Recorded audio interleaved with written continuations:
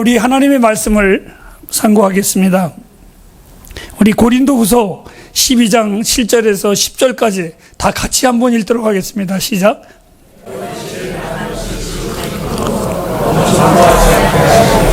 내 인생에 다시 사단의 사자를 주셨으니 이는 나를 쳐서 사고하지 않게 하려 하시니라.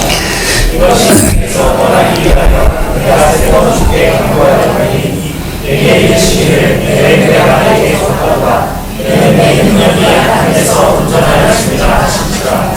그러므로 도리어 크게 기뻐하고 나의 여러 약한 것들에 대하여 자랑하니 이는 그리스도의 능력으로 내게 머물게 하려 합니다. 그러므로 내가 그리스도를 위하여 약한 것들과 기쁨과 능력과 기뻐와 곤란을 기뻐하니 이는 내가 약한 자에게 나타납니다. 아멘. 나이가 먹는다라는 것이 무엇일까? 한번 생각해 보면 어른들의 이야기를 제가 유심히 듣습니다. 들어보면 거의가 다 지난 날을 회상하는 이야기를 참 많이 합니다. 왜? 살아온 날들이 길었기 때문에 경험하는 것도 또 경험했던 것들도 굉장히 많이 있기 때문에 그렇습니다. 지난 날을 회상하는 것이 많아지는 시기, 이것이 바로 나이 먹는 시기다. 하지만 지난 날을 회상하면서만 살아가는 내 나이는 결코 아닙니다. 지금까지 하나님께서 나에게 함께 하셔서 놀라운 역사 속에서 하나님을 경험하게 하셨고 그 하나님의 은혜를 체험하면서 지금까지 살아왔기 때문에 나의 나머지 날도 그 소망 가운데 살아가는 것이 지금의 나의 현실의 시간들입니다.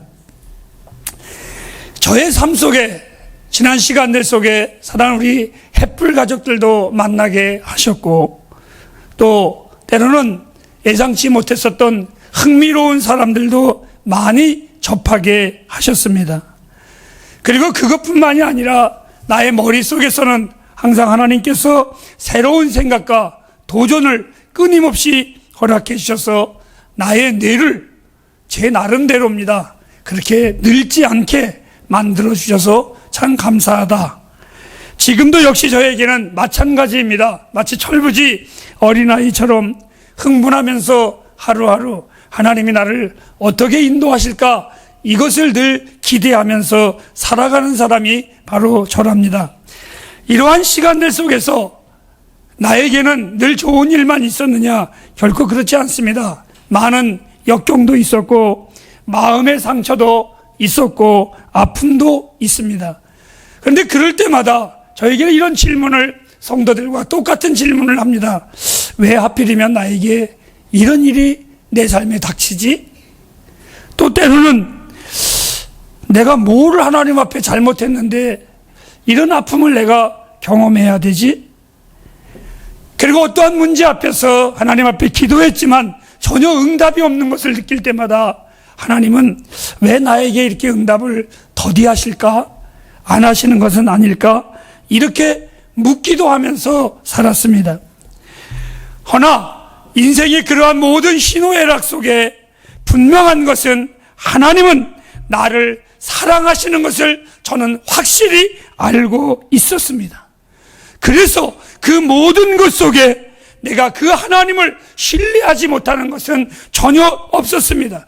어떠한 일이 있든 그것이 산이든 골짜기든 그것이 강이든 바다이든 내 인생에 있어서 분명한 것은 언제나 그 환경 속에 제가 지금까지 경험한 것은 하나님을 믿었습니다.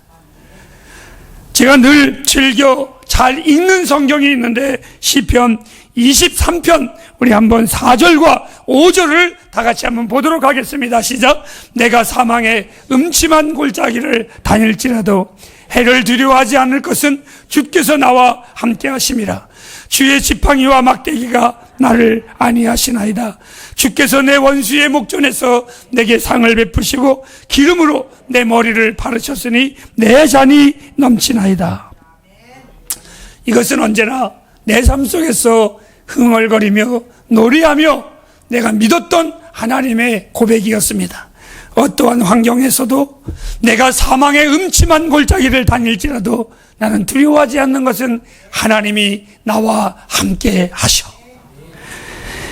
가장 위험한 두려운 상황 가운데서도 하나님은 나와 함께 하신다라는 그 확신 속에 언제나 가득 차 있었고, 그 가운데에서도 놀라운 것은 하나님은 때를 따라 채워주시는 하나님이 나와 함께 계셨습니다. 성경의 다니엘은 사자굴에 갇혔을 때에도 하나님이 그 굴 속에 함께 계셨고, 요셉이 웅덩이에서 갇혀있을 때, 감옥에 갇혀있을 때에도 하나님은 함께 하셨습니다. 모세가 추방을 당하여 광야에 살 때에도 하나님은 그곳에 계셨고, 그리고 주님이 십자가에 달리실 때에도, 그리고 주님이 그 무덤에 계실 때에도 하나님은 그곳에 계셨습니다. 시대와 세월이 좀 차이가 난다 하여도 변치 아니하시는 하나님은 언제나 나와 우리의 주변에 계셨음을 저는 믿습니다. 이것이 제가 어떤 환경 속에서도 소망을 갖는 가장 큰 이유이기도 합니다. 하나님은 나의 환경 속에서, 그리고 우리의 모든 환경 속에서 이렇게 말씀하셨습니다. 내가 결코 너희를 버리지도 아니하시고 내가 결코 너희를 떠나지도 아니하리라. 이렇게 약속하신 하나님은 변함없이 나의 인생 속에 언제나 함께 하셨습니다. 추수감사절입니다. 곰곰이 생각해 보았습니다. 아내하고 의논도 했습니다. 헌금을 얼마 해야 돼? 얼마 할 거야? 그러고 나서 그 질문을 한 내 마음이 왠지 하나님 앞에 송구스러웠습니다. 괜히 했나 이 말? 제가 할 수 있는 최선이 무엇일까? 내가 얼마를 헌금을 드려야 하나님이 만족하실까? 내가 얼마나 이 추수감사 주일날 설교를 잘해야 하나님의 마음에 합당하고 흡족할까? 고민도 해봤습니다. 그런데 아닙니다. 내가 할 수 있는 가장 최선이라는 것은 내 삶에 언제나 함께 하셨던 그 하나님의 은혜를 잊지 않는 것이었습니다. 그리고 그 하나님의 은혜를 고백하는 것만이 하나님의 정말 나에게 원하시는 하나님의 마음이 아니신가라고 생각을 해보았습니다. 오늘 우리 본문에 하나님의 사람 바울은 그는 알았습니다. 그는 오늘 이 본문의 고린도후서 12장 7절에서 10절 말씀에 이렇게 고백합니다. 하나님의 은혜는 내게 좋겠고, 그리고 나는 그 하나님의 은혜로 말미암아 나의 약함을 오히려 자랑하노라. 그는 이렇게 그의 인생을 마무리했습니다. 그는 사실 예수 믿고 감사할 것이 별로 없었던, 세상 말로 말하면 예수 믿고 가장 재수 없이 예수 믿은 사람이 바울 사도였습니다. 왜요? 너무나 많은 매를 맞았습니다. 그리고 이 사람은 여러 번 죽임을 당하는 고통도 당했습니다. 그리고 먹을 것이 없는 굶주림도 당했고, 목마름도 당했고, 감옥 속에서는 수도 없이 있었고, 끝내는 감옥에서 그의 일생을 마치기까지 하였습니다. 배를 탈 때는 파손을 당했고, 고난과 환난과 그의 삶에 그것은 일상이었었습니다. 심지어 그의 육체는 그가 고백하기를 가시로 찌름과 같은 병을 가지고 그는 평생을 그렇게 살았다라고 말을 했습니다. 오히려 하나님 앞에 자기의 아픔을 하나님이여 내가 아프니 이 병을 치유하소서라고 고백을 했을 때에 바울아, 그래 내가 너를 치유하마가 아니라 내 은혜가 내게 족한 줄 알라, 이렇게 하나님이 응답을 하셨습니다. 반대로 그러한 힘든 상황 속에서도 그가 받은 하나님의 영적인 능력은 이 세상에 누구도 감히 바라볼 수 없는 환상과 계시를, 하나님의 나라를 그가 기도 가운데 다녀온 자였었습니다. 그럼에도 불구하고 그는 이렇게 말합니다. 그러한 것을 자랑하지 말라고.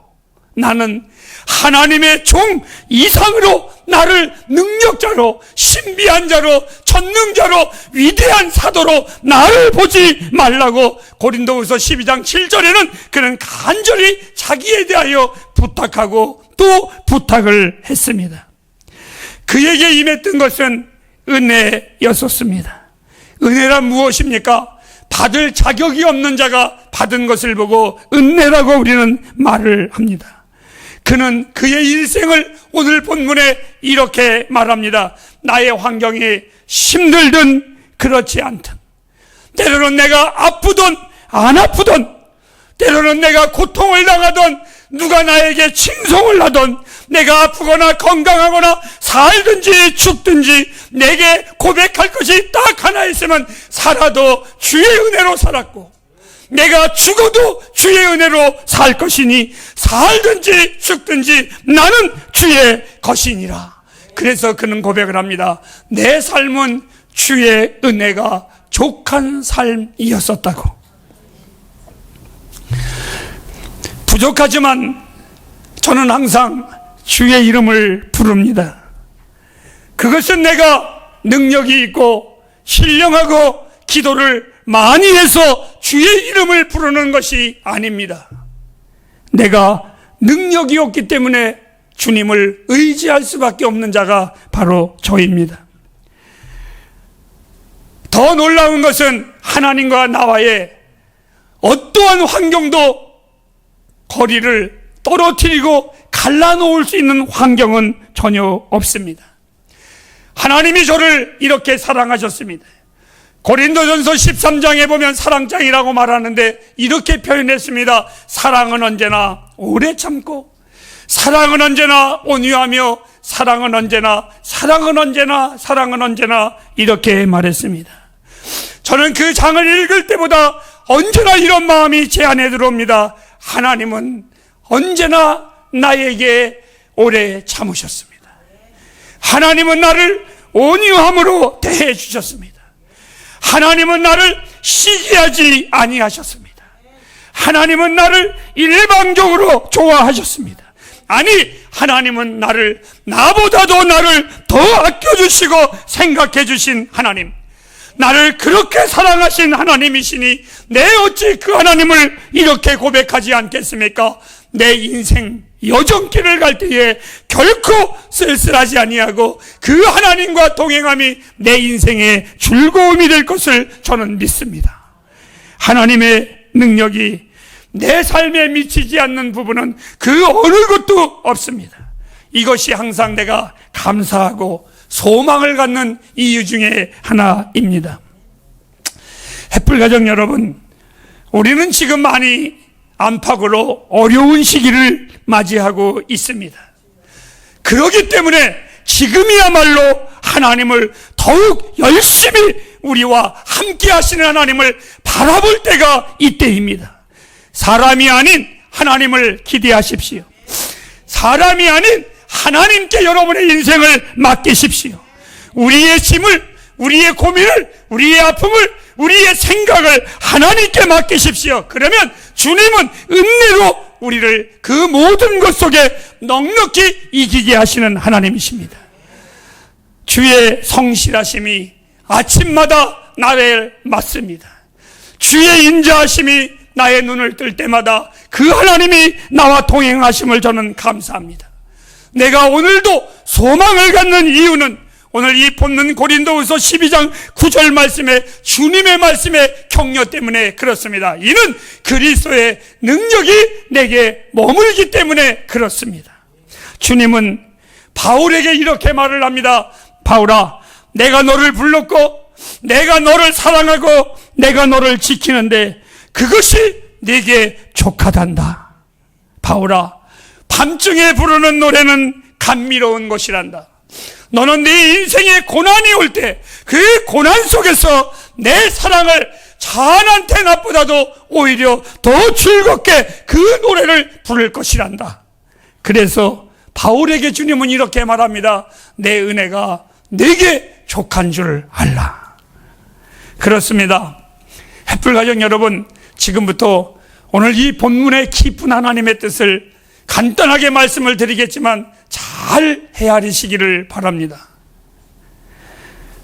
나는 나의 약함을 자랑합니다. 농담 외에 그 어느 곳에서도 한 번도 저는 제 자신을 자랑할 것도 없지만 자랑해 본 적도 없습니다. 나는 나의 부끄러움을 거침없이 말을 합니다. 나는 나의 추함을, 지난날의 나의 잘못을 저는 거침없이 다 이야기하고 다니는 사람이 바로 저입니다.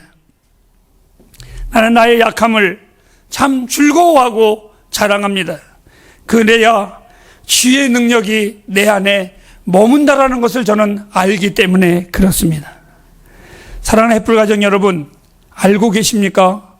성경의 이야기를 하나 더 드리도록 하겠습니다. 어느 날 다윗이 위대한 선군이 된 후에 그 든든한 다윗의 성 궁전을 어느 시간인가에 그가 거닐게 되었습니다. 자기가 일어나 봤을 때에 부족함이 없었습니다. 이스라엘의 삼국 통일을 다 이루었고 땅은 날마다 점점 넓어지고 다윗과 싸워서 이길 백성이 하나도 없었고 모든 나라와 민족들이 다윗하면 정말 위대한 성군으로 불리었습니다. 다윗은 기세가 등등하고 아무 염려 근심이 없는 영광 속에 일어나 성벽을 거닐 때에 깜짝 놀란 게 있었습니다. 다윗의 성에 어울리지 않는, 그 주변에 있으면 안 될 참으로 초라한, 우리말로 말하면 떨어진 천에 이어진 텐트 하나가 성막 주변에 있었습니다. 그것을 보는 순간 다윗은 깜짝 놀랐습니다. 그것은 바로 계달의 장막이라고 하는 하나님의 법궤, 하나님이 거하시는 장막이었었습니다.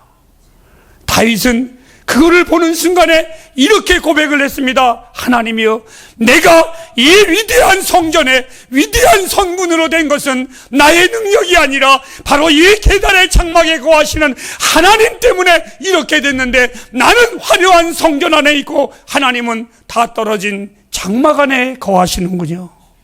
이것이 제스로 내가 하나님의 전을 짓겠습니다라고 소원까지 했었습니다. 햇불가정 여러분, 하나님은 다윗의 완벽한 궁전에 거하시지 않았습니다. 그리고 그의 아들 솔로몬이 그 온 모든 것을 동원하여 전무후무한 성전을 지었지만 하나님은 그곳에서도 계시지 않았습니다. 성전 곁에 텐트에 계셨습니다. 화려한 건물과 같이 교만하고 오만하고 잘난 척하는 인생에게 하나님은 절대로 거하시지 않습니다. 계달의 장막처럼 바람이 불면 날아갈 것 같은 아주 연약한 그러한 장막에 하나님이 거하셨습니다. 그래서 곧 무너질 것 같고 보잘것없는 나의 약한 장막 안에 하나님은 지금까지 거해 주셨습니다. 이것이 내게 은혜입니다. 이것이 내가 하나님 앞에 받은 귀중한 진리의 은혜였었습니다. 주님이 여러분 누구이십니까? 하늘과 땅의 권세를 가지고 계신 분입니다. 나의 소망은 오직 전능의 하나님이 내 안에 거하시는 것입니다. 다시 말씀을 드립니다. 계달의 장막에 하나님의 임재가 하셨던 것 같이 아무것도 아닌 나는 언제나 만족합니다. 미련 곰퉁이처럼 욕심도 없습니다. 모을 줄도 모르고 가질 줄도 모르고 아무것도 모릅니다. 사랑하는 햇불가정 여러분, 위험한 기도를 여러분에게 부탁을 드리고 마치려고 합니다. 여러분들은 오늘 돌아가시거든 기도하실 때에 위대한 자로, 강한 자로, 유능한 자로 만들어달라고 절대 기도하지 마십시오. 내 아들이, 내 남편이, 내 자식이, 우리 가정이 위대한 집으로 부유한 집으로, 화려한 집으로, 잘난 집으로, 그리고 머리가 될 꼬리가 되지 않게 해달라고 그러한 기도하지 마십시오. 아무것도 아닌 자로 기도하십시오. 아무것도 아닌 자로 만족하십시오. 족한 줄 알고 기도하십시오. 잘나지도 않은 것이 잘난 척하지 마십시오. 교만하지 마십시오. 부족함을 고백하십시오. 그래야 그 계단의 장막에 하나님이 거하신가 같이 그 안에 위대하신 하나님이 거하십니다. 내가 소망을 갖는 이유는 내가 잘난 것이 그런 것이 아니라 이 계단의 장막같이 다 떨어진 연약한 나이기에 내 안에 하나님이 나와 함께 하시며 나는 하나님의 것이고 하나님은 나의 하나님이 되시기에 내가 소망을 갖습니다. 나의 평생에 내게 넘치는 은혜로 대하여 주신 하나님, 저는 오늘 이렇게 이 하나님을 표현합니다. Amazing Grace, 놀라우신 하나님의 은혜라고 기도하겠습니다.